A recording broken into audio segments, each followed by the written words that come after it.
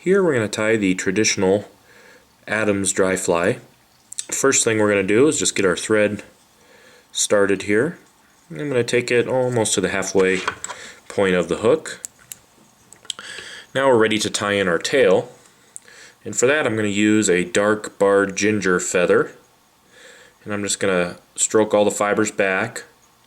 I'm going to pluck out a generous amount of these fibers. These will be the tail fibers for the fly. And once I've got those stripped off, I'm going to tie those in. I want them to be about the length of the shank of the hook, so I just kind of roughly measured it out there on my shank. Now I'm just going to take my thread and I'm going to wrap back to the back where the bend basically starts. Then I'm going to take my thread forward and I'm going to trim out the little nubs or butt ends here of the tail feather portion. Then I'm going to tie in the wings, and for the wings I'm just going to use a couple of Grizzly feather tips, and I've stripped those so that the barbs are about the length of the shank of the hook. I'm just going to tie those in right onto the hook, and this one seems to be a little long, so I'm just going to shorten it up here a little bit. Just strip back a few barbs. Usually it only takes a couple to shorten it up a little bit. And we'll tie those in right there. And what I can do is I'll push it forward and I can lay down just a couple of wraps of thread right behind it. That'll help keep it into place. And I can trim out the extra, and I'll do the same exact thing here for the other side. Also shorten this one up a little bit.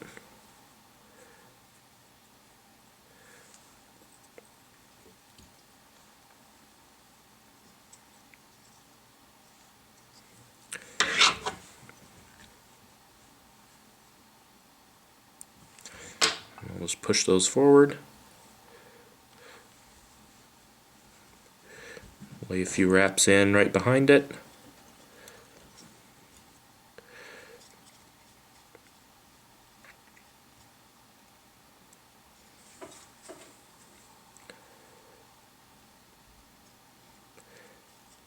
And once you get these nice and split, you have them facing forward, then you can tie in your dubbing material. So I'm just going to take my thread back, and I'm going to get out some Adams Gray Superfine dubbing, and I'm going to dub a very thin layer of dubbing onto the thread. You got to be very careful not to overdo it with the dubbing. It's very easy to put too much on, get carried away with it. So I add a fairly thin layer.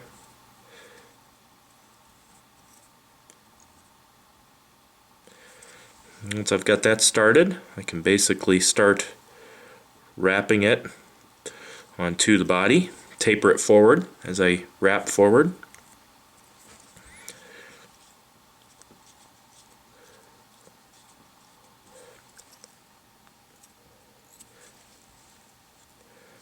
And if you didn't quite add enough, you can just add a little more.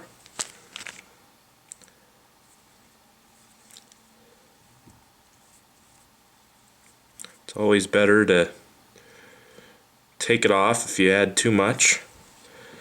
So what I'm going to do here is probably have to rip a little bit of this off here at the end, but I want to make sure I have enough here to finish it. There we go.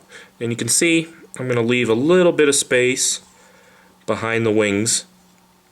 This will be for my hackle.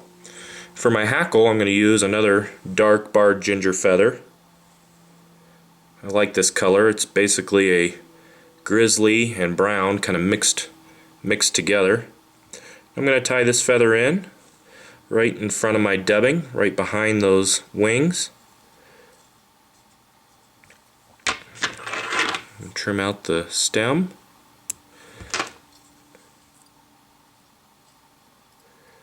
Now I'm going to take my thread in front of the wings here. I'm just going to build up a little bit of a smooth area for my feather to lay on as I wrap it.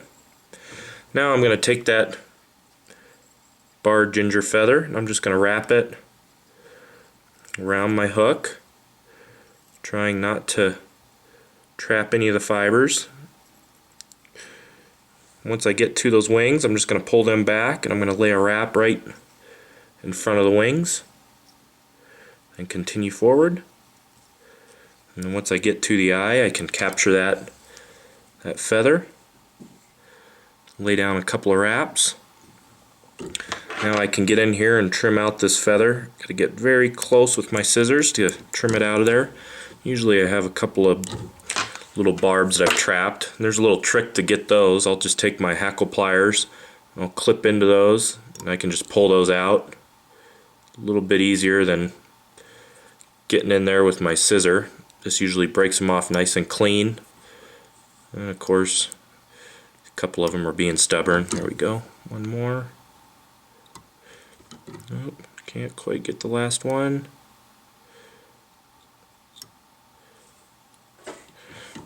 I got one little stubborn one. I'll just kind of force them out of the way. There we go. And once you've got those captured, you can whip finish to finish off the fly. Usually just do 3-4 turn whip finish here to finish it off. And essentially you have a classic Adams dry fly. Fairly easy fly to tie. Probably the most difficult part is the wings of the fly, and some people will argue that you can actually skip the wings. It's not necessary to actually have those, but it gives a good look to the fly. You can see I tied in those wings a little longer than the hackle. I like those wings to stand up, be a little bit more prevalent, and that's all there is to the classic Adams.